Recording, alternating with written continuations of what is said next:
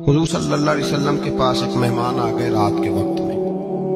جب وہ آئے تو حضور نے پوچھا کھانا کھانا ہے؟ تم نے کہا کھانا ہے۔ جھوٹ اور بھوک کو جمع کرنا منع ہے؟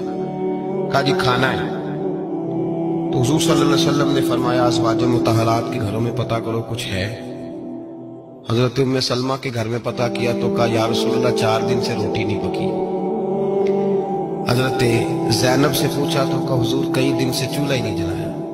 حضرت عائشہ صدیقہ، حضرت میمونہ، حضرت سودا، تمام گھروں سے بظاہر یہ دو جہاں کے شاہ ہیں، پر پاس کچھ رکھتے نہیں۔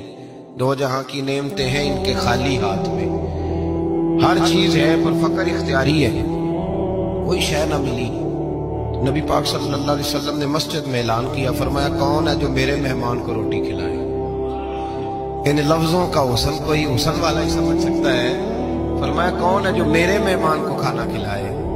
تو ایک صحابی لے گئے اور اٹھے، وہ صحابی جو صحابہ میں غریب تھے، ایک انصاری جو غریب آدمی تھے، اگرچہ میرے محبوب کے غلاموں میں جو بڑے امیر تھے وہ بھی خرچ کرنے میں بڑے آگے تھے، حضرت عثمان غنی رضی اللہ تعالیٰ، حضرت عبد الرحمن ابن عوف، حضرت ابو بکر صدیق رضی اللہ۔ لیکن یہ غریب آدمی کا حضور میں لے جاؤں گا، میں لے کے جاؤں گا، یہ بخاری مسلم ہے۔ حضور نے فرمایا لے جاؤ۔ وہ اب صحابی گھر لے گئے اور بیوی سے مشورہ کیا، بات پہ غور کرنا، ہر چیز کی بھوک دیکھی جا سکتی ہے، بچوں کی نہیں دیکھی جا سکتی۔ وہ انصاری حضور کے مہمان کو گھر لے گئے، جا کے بیوی سے مشورہ کیا، کہا بھلی مانس گھر میں کچھ ہے؟ تو اس نے کہا تھوڑا سا بچوں کے لیے کھانا رکھا ہے۔ بچوں کے لیے؟ بچے تو بزدل کر دیتے ہیں، بچے تو آدمی کو بزدل کر دیتے ہیں، بچے تو مار دیتے ہیں، کلیجہ پھٹ جاتا ہے بچہ بھوکا ہو، نیند نہیں آتی۔ اب صحابی اپنی بیوی سے کیا کہتے ہیں؟ کہتے ہیں بچوں کو بہلا کے سلا دے، اور رسول اللہ کے لیے نہیں، رسول اللہ کے مہمان کے لیے، بھئی نبی پاک کے لیے نہیں، حضور کے تجھ سے در در سے سگ اور سگ سے ہے مجھ کو نسبت، میری گردن میں بھی ہے دور کا پٹکا تیرا، تجھ سے در در سے سگ سگ سے ہے مجھ کو نسبت۔ لمبی بات ہے، بچوں کو سلا دو۔ بی بی نے بچوں کو سلا دیا تو میاں بیوی کا مشورہ ہوا کہ مہمان کے ساتھ بیٹھ کے روٹی کھانا بھی سنت ہے۔ تو اب مہمان کے ساتھ بیٹھ کے کھانا بھی ہے تو کھانا ہے ایک دو آدمی کا۔ اب خاوند اپنی بیوی کو تیار کرتا ہے کہ میں بھی کھانے میں بیٹھ جاؤں گا، تو بھی بیٹھ جانا، اور جب مہمان کھانے میں ہاتھ ڈال لے تو اٹھنا، کہنا وہ ہو دیا تو صحیح کیا ہی نہیں، ابھی بجھ جائے گا، اور جا کے دیا بجھا دینا۔ ہم ہاتھ ہلاتے رہیں گے، مہمان روٹی کھاتا رہے گا۔